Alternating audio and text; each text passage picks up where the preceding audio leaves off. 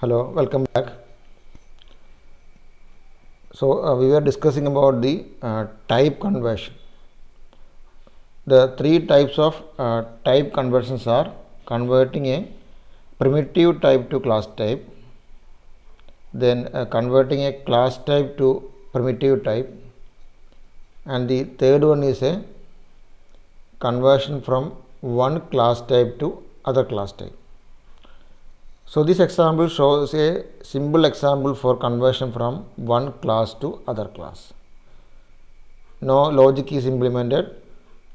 It is shown how it can be done. It just demonstrates how it can be done. So we have two classes. So we have two classes, class speed and class time. We have two classes, speed and time. Okay. So this statement shows a forward declaration indicating that there is a class called speed.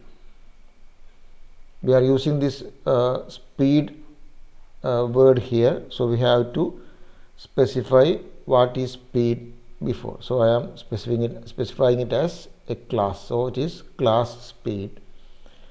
Then I am defining a class time. I have a class called time. Then inside it we have a default constructor. Then we have a constructor which accepts the parameter as an object of speed class.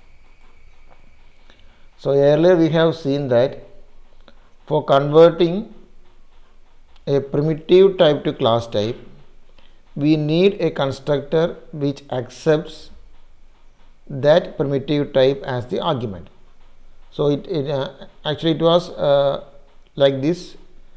So if the class name was time, then we have passed the argument as integer if we are trying to convert integer to class. So time int k was the syntax. So here the syntax is I want to convert one class type to other. So you can see it here, time t1, speed s1. I have two objects t1 and s1, and I am trying to convert s1 to t1. So t1 equal to s1. So for calling t1 equal to s1, if s1 was a type of integer, then we need a constructor which accepts integer as the parameter. Now we have a class for conversion. So I need a constructor of the time class which accepts the object as the parameter. So this syntax is very easy, or this is very direct. If it was integer, we need a constructor which accepts integer as parameter. If it is a float, we want a constructor which accepts float as parameter. Here it is a class, and so we need a class which accepts. So we need a constructor which accepts the object of the class as the parameter. Okay, so this is the conversion logic, and I have not written any complex procedures or any complex logic to indicate, just demonstrating that we can execute this body of this constructor when we call t1 equal to s1. Okay, we'll compile. G++ m37.cpp. So we have error. We'll see what it is.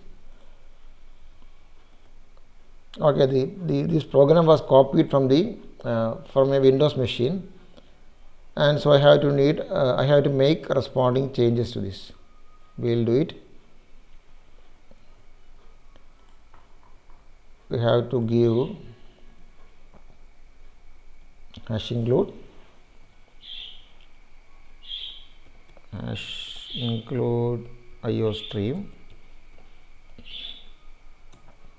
then I have to give using namespace std, then the main function should be int main,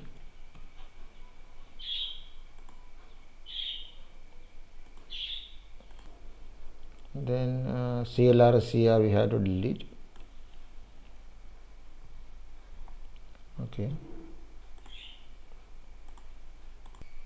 Okay, we will try. So these are the errors. S has incomplete type, yes, class speed, time t1 equal to s1.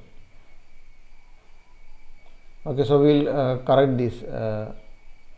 So this, I think this is not supporting for declaration, so we can go for this. We can class speed can be defined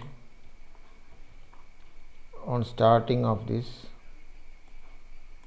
Okay, class speed, then class time can be changed as time 1. So time 1,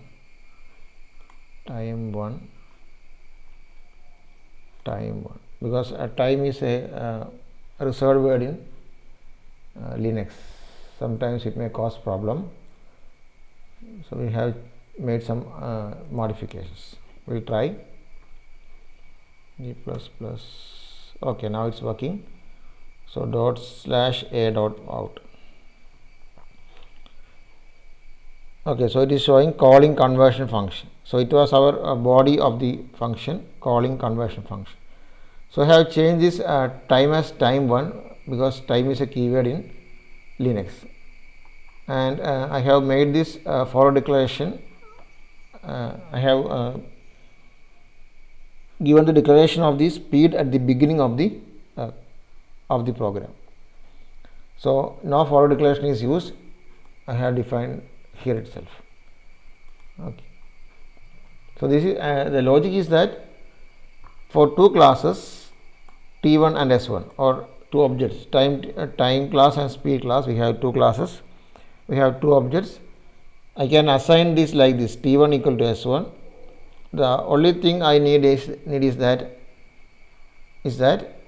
a constructor in the time class with parameter object of the speed class, and here we can give anything, and this is the body of the conversion. Okay, so this is conversion from one class type to other. Okay.